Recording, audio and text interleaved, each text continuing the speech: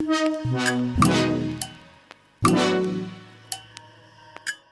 you getting ready for your first year of college?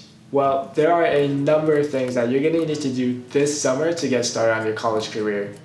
If you're ready, here we go. Number 1, head to your school's website, portal, or app and make sure that you can create a new email and access it.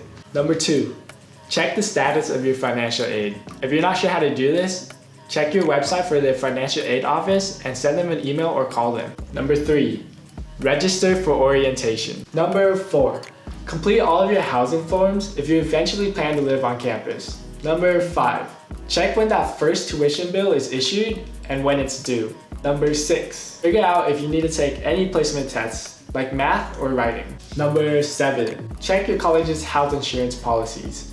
If you're currently not covered, your college may offer some. Number 8, make sure to submit any and all required paperwork and documentation.